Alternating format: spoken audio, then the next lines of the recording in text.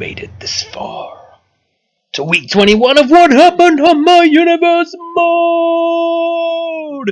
And as always, we started with Raw, which took place in New Orleans, Louisiana, and began with a grudge match. Neville versus Sheamus 2. This time, it's extreme. Sheamus was disqualified last time out for getting the weapons out, so he made no hesitation getting him out this time. Neville was ready for him though, and after he hit him with a move, Sheamus was ready for whatever was coming next, as he hit a move of his own. It carried on like that until Neville hit a springboard 450 and went to get a ladder, because he's a high flyer. High flyers like ladders. However, after hitting Sheamus once with it, Sheamus took the ladder off him and started pummeling him down. The pummeling wasn't enough to keep Adrian Neville down. He hit a reverse Hurricane Runner, then a red arrow from the top of the ladder to get a huge win over the Celtic Warrior. Next up, WWE World Heavyweight Champion Daniel Bryan was supposed to be taking on Rusev, but Bray Wyatt interrupted that entrance and decided he wanted another shot at the champ.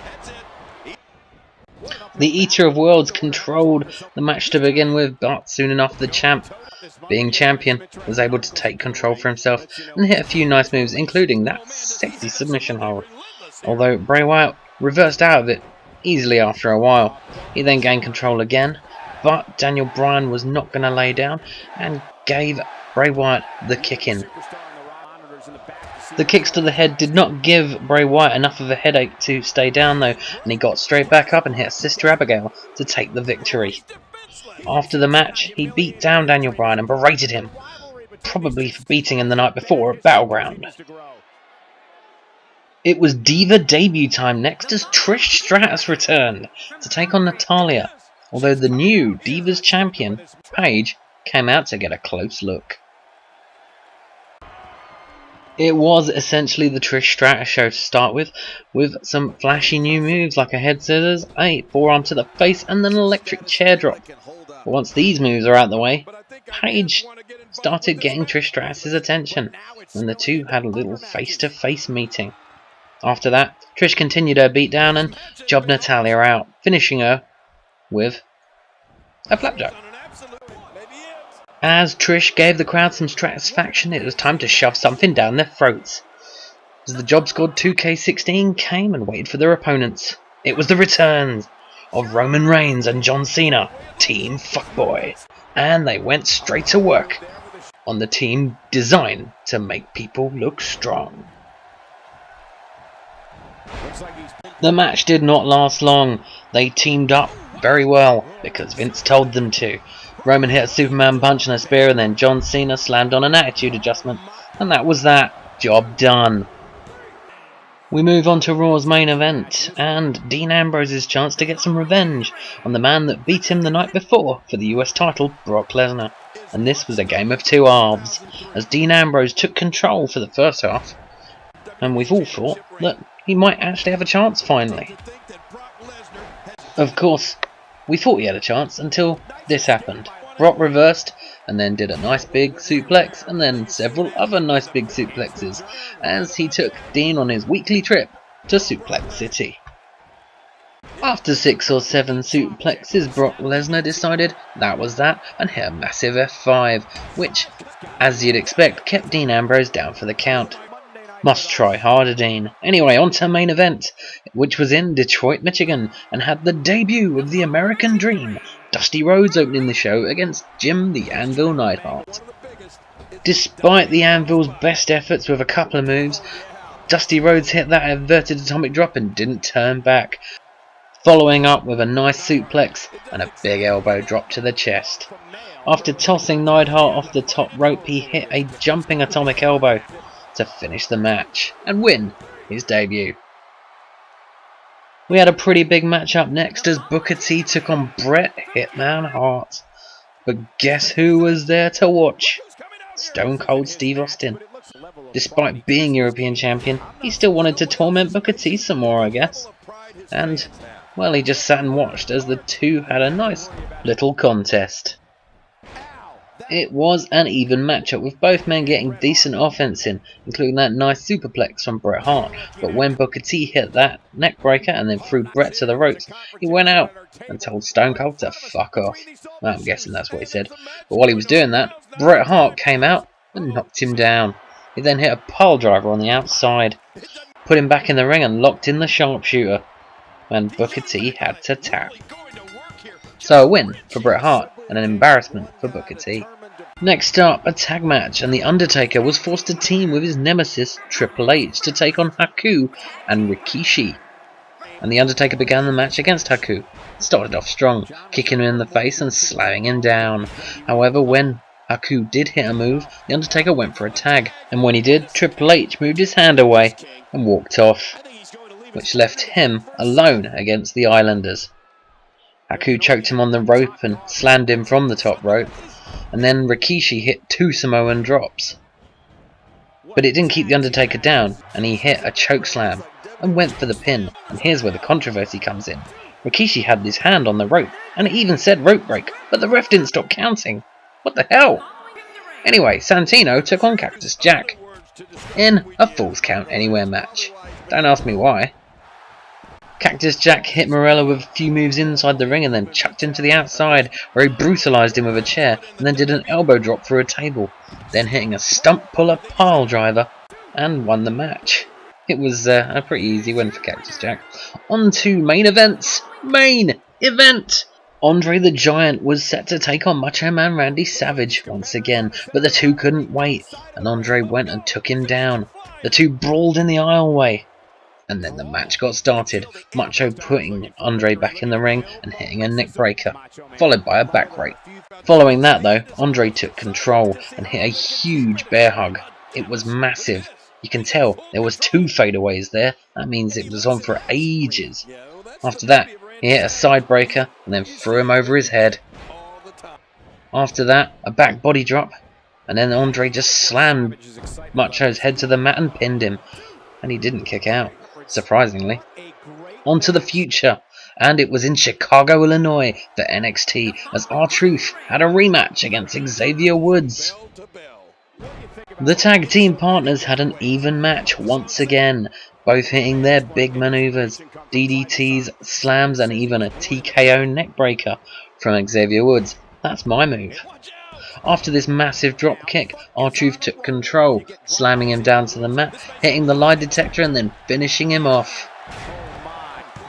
After pinning his tag team partner in the rematch, they stood at 1 match apiece and R-Truth extended his hand, but he'd obviously pissed off his partner, and Xavier Woods walked off without shaking it. I bet R-Truth wished he had though, because they still had to have their tag team title tournament quarterfinal against the Vaudevillains, which left R-Truth fighting on his own. Obviously, already having 1 grueling match would take its toll on R-Truth, and therefore he didn't get much offense in this glorified handicap match, the Vaudevillains finishing him off with that neckbreaker combo. And they go on to the semi-finals. And now the Lucha Dragons faced off against Tyler Breeze and Fandango to find out who was taking that last semi-final spot. And Tyler Breeze began the match with a Michinoku driver, tagged into Fandango, who hit a dropkick and then ate a head scissor takedown. He tagged back into Tyler Breeze, and then some more moves got hit on Kalisto. Once Kalisto had got the advantage back, he tagged into the bigger, stronger Sin Cara, who then proceeded to destroy Tyler Breeze and tagged back into Kalisto. And once that happened, it was time for the signatures, a Listo kick followed by the Samurai del Sol, which put them through to the semis with Enzo and Cass, the Ascension and the Vaudevillains. Next up, it was a war, as Hardcore Champion Kevin Owens took on Hideo Itami, after Hideo Itami had insinuated he would like that Hardcore title in the previous week. After hitting a few hard-hitting maneuvers, Hideo Itami then ate a snap suplex, and Kevin Owens hit a crazy bridging suplex, a cannonball, and then Hideo Itami threw him to the outside, threw him into the steps, and then hit some kicks and punches. Nice. They continued to battle on the outside, and Kevin Owens got the advantage before booting Hideo Itami's head into the ring post. And following that, he hit a huge, implausible moonsault to the outside. But it wasn't enough. Hideo Itami reversed a kick, hit a stalling drop kick, and then, oh, boom, they go to sleep. 1, 2, 3, and Hideo Itami has beaten the Hardcore Champion. It was time for NXT's main event, and Diamond Dallas Page wanted another shot at the NXT Champion Finn Balor, after Finn Balor pretty much destroyed him last week. And once again, DDP hit a few moves. More than last time, in fact. He's kinda got his number. But it wasn't enough. And even though he hit that back suplex and a belly-to-belly suplex, Finn Balor then hit a huge shotgun dropkick, threw him to the outside and jumped on him. After that, he started showing off with this crazy suplex off the top rope, and then the coup de grace, and it was all over. Finn Balor victorious in the main event. On to Smackdown, where we fight on Friday nights in Cleveland, Ohio. And we fight, we don't have cutscenes. Anyway, Edge took on Stardust. The match began pretty evenly, Edge hitting a belly-to-belly and a forearm, Stardust following that with an Alabama Slam and a crossed-arm DDT. But any DDT you can do, Edge can do better with an Impaler DDT. Stardust followed that though by slamming him, but then Edge took control, hitting some signature maneuvers and finishing Stardust off with a spear. And that was that. Edge was victorious.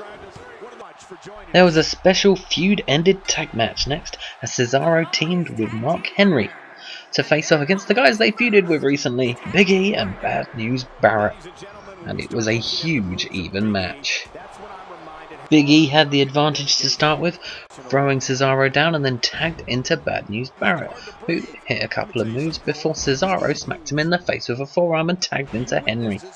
Henry hit a flapjack, then tagged back into Cesaro, who then hit a European uppercut and then started eating moves.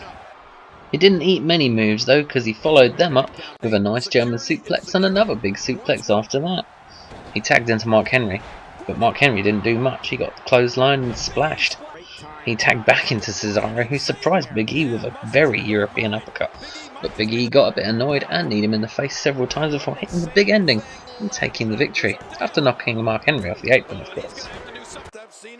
The next contest was a title match, as Dolph Ziggler invoked his rematch clause against Ken Shamrock for the Intercontinental Championship. Unfortunately for Ziggler though, Ken Shamrock started where he left off last week. After German suplexing him, he went to work on that leg that he'd already injured, beating it down.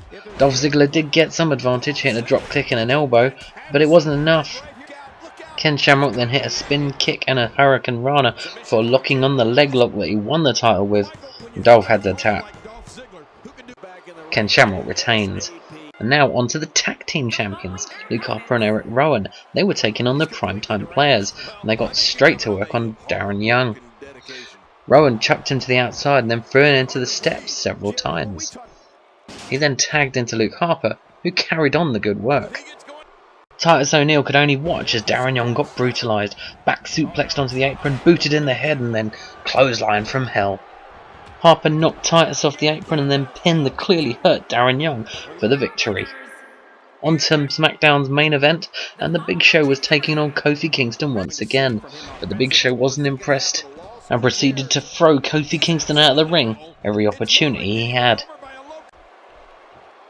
After being thrown over the top rope for a third time, Kofi Kingston had had enough. He ran into the ring, hit a crucifix, that crazy neck breaker that would be impossible if he did it in real life, and the Hurricane Rana. That was that though. Big Show speared him and then hit him with the big knockout punch. He won, celebrated, and no cutscene because we fight on Friday night, Maggle. And so a few questions. Has Bray Wyatt pissed off the wrong Rusev? Why is Paige suddenly interested in Trish? Why is Stone Cold still torturing Booker T? Will The Undertaker get revenge on Triple H for that non-tag? And who will separate these two superstars? Find out all this and more on What Happened on My Universe. More, like, subscribe, and share and shit.